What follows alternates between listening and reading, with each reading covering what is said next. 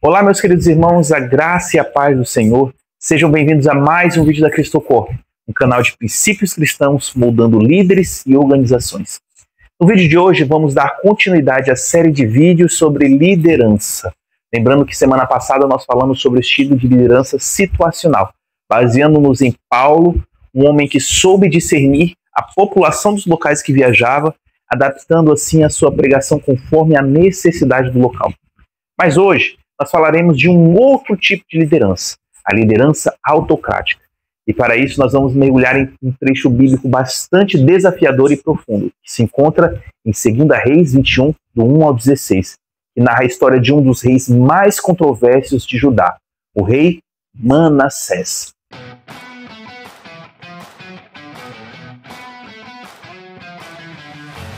Esse capítulo está inserido em um momento da história de Israel e Judá em que os reinos estavam divididos e frequentemente instáveis, tanto na política quanto espiritualmente.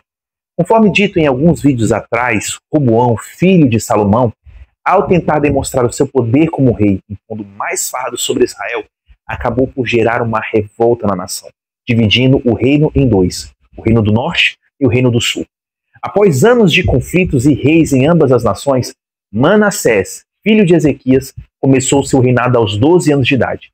E ele reinou em Judá por 55 anos, o reinado mais longo entre os reis de Israel. No entanto, a sua longevidade no poder não foi sinônimo de um bom governo. Pelo contrário, ele é lembrado por ter promovido idolatria, corrompendo a nação espiritualmente e tomando decisões autoritárias que trouxeram graves consequências para o povo de Israel. Mas primeiramente, quem foi o rei Manassés? Manassés era filho do rei Ezequias, este que foi um dos poucos reis de Judá que realmente buscou o Senhor. No entanto, Manassés seguiu por um caminho totalmente oposto, como nós vamos ler ali em 2 Reis, capítulo 21, do 1 ao 16. Tinha Manassés 12 anos de idade quando começou a reinar e 55 anos reinou em Jerusalém. E era o nome de sua mãe Efizibá. E fez o que era mal aos olhos do Senhor, conforme as abominações dos gentios, que o Senhor desterrara das suas possessões diante dos filhos de Israel. Porque tornou a edificar os altos que Ezequias, seu pai, tinha destruído, e levantou altares a Baal, e fez um bosque como o que fizera Acabe, rei de Israel, e se inclinou diante de todo o exército dos céus e o serviu. E edificou altares na casa do Senhor, do que o Senhor tinha dito: em Israel porei o meu nome. Também edificou altares a todo o exército dos céus em ambos os átrios da casa do Senhor.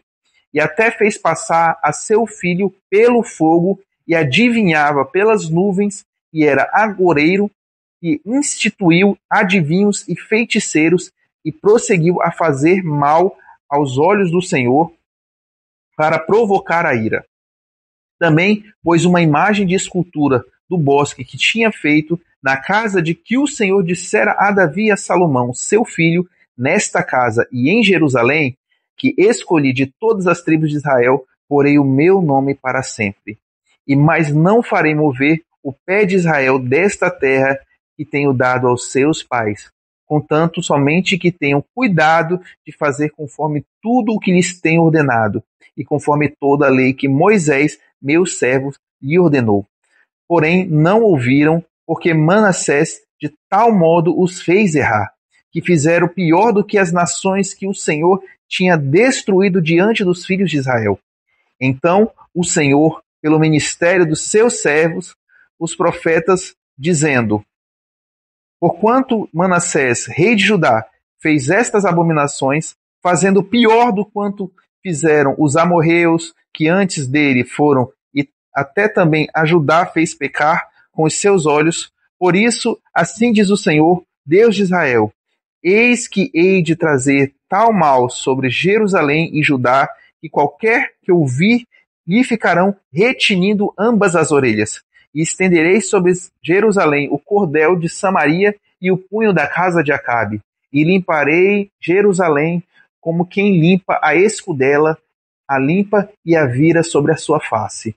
E desampararei o resto da minha herança, entregá-los-ei nas mãos dos seus inimigos, e far-se-ão roubo e despojo para todos os seus inimigos.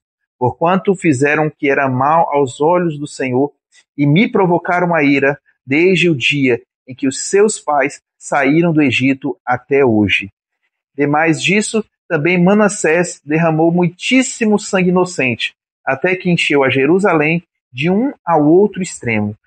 Afora o seu pecado, com o que fez pecar a Judá, fazendo o que era mal aos olhos do Senhor. Olha só, aqui no texto vemos que Manassés realizou algumas coisas que foram completamente opostas àquilo que o seu pai realizou.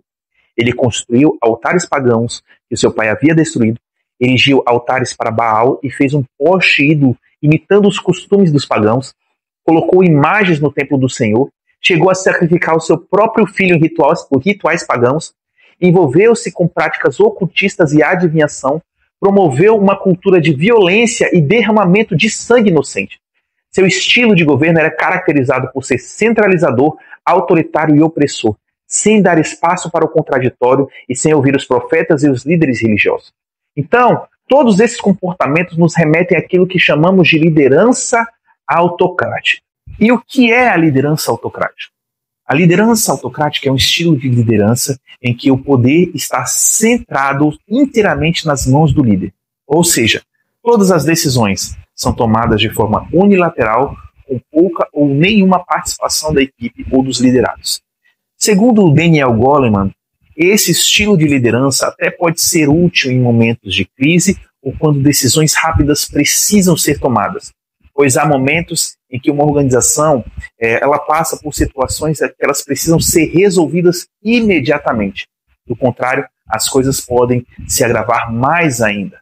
Mas, no longo prazo, esse tipo de liderança ele causa um desgaste emocional e desmotivação dos membros da equipe, pois não há voz, não há opinião ou até mesmo reconhecimento devido por iniciativas da parte dos colaboradores. Para Max Weber, um dos principais teóricos da sociologia, ele classificava esse tipo de liderança como dominação tradicional ou carismática, que pode facilmente se virar a ser uma liderança autoritária se não houver uma divisão de responsabilidades ou prestações de contas. Então, baseado nesse entendimento, nós vemos que Manassés ele agia com total desconsideração à vontade de Deus e ao povo, realizando somente a sua própria vontade. Ele ignorava os conselhos dos profetas e impôs idolatria de maneira autoritária e fez o que era mal tanto aos olhos do Senhor como aos olhos da própria população, pois isso contaminou a cultura e a fé da nação. Então ele representa o típico líder autocrático, centralizador, insensível, narcisista e destrutivo. Com base em diversos estudos da administração e da psicologia organizacional, a liderança autocrática traz basicamente 3 consequências negativas para a equipe que se está liderando. A primeira delas é a baixa moral da equipe. Quando os liderados não são ouvidos, eles tendem a perder o engajamento no trabalho. O segundo é que o ambiente organizacional ele fica envolto de medo e silêncio. Tudo porque ambientes autoritários dificultam a inovação, pois o medo do líder autoritário impede que as pessoas compartilhem ideias na tentativa do progresso como um todo da organização, com receio de errar ou ser punido. E a terceira consequência negativa da liderança autoritária é a resistência passiva ou sabotagem dos colaboradores, pois os liderados sob regime autocrático tendem a agir com apatia ou boicote silencioso, como forma de resistência para com o líder. Tudo numa tentativa interior de tentar, de alguma forma, derrubar ou afetar negativamente aquele líder. Então, procure exercer uma escutativa e validar as ideias e propostas dos seus colaboradores, encorajando-os a serem autônomos e inovadores dentro da organização, pois dali podem sair tanto oportunidades de crescimento dentro da organização, como fortalecer a aliança entre os colaboradores e você, líder. Partindo disso, devemos entender o que não fazer como líder. Não tome as decisões sozinho. Somente use da autocracia nos momentos em que a sua decisão é a que precisa ser tomada e de forma imediata. Não ignore o feedback da sua equipe. Procure sempre escutá-los, verificar quais têm sido as suas impressões da sua liderança, porque isso pode dar credibilidade a você e também é uma excelente oportunidade de enxergar o que você pode melhorar como líder aos olhos da sua equipe.